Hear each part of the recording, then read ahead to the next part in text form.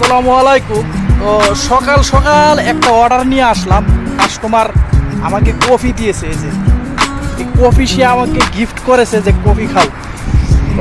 Order নিয়ে আসলাম হচ্ছে কি যে মাতাম, এটা এটা হচ্ছে একটা কফি রেস্টুরেন্ট। তো সে আমাকে বললো তুমি কি কফি খাবা? আমি বললাম তুমি যদি আমাকে দাও তাহলে আমি খাবো, আমার কাছে কিন্তু টাকা নাই। পরবর্তীতে বললো যে টাকা লাগবে না, আমি কফি তোমাকে বানিয়ে দিচ্ছি। তো মহিলাটা অনেক ভালো, আমাকে কফি বানিয়ে দিয়েছে। এই যে অনেকে বলবে আবার কফি নাই, শুধু শুধু মিথ্যা কথা বলেছে। এই যে দেখেন কফি কিন্তু একদম ফুল, পুরাটাই গরম। আমি আপনাদেরকে খুলে খুলে দেখাইতে পারতাম যদি ভালো হইতো। এই দেখেন আমি খুলে দেখাচ্ছি।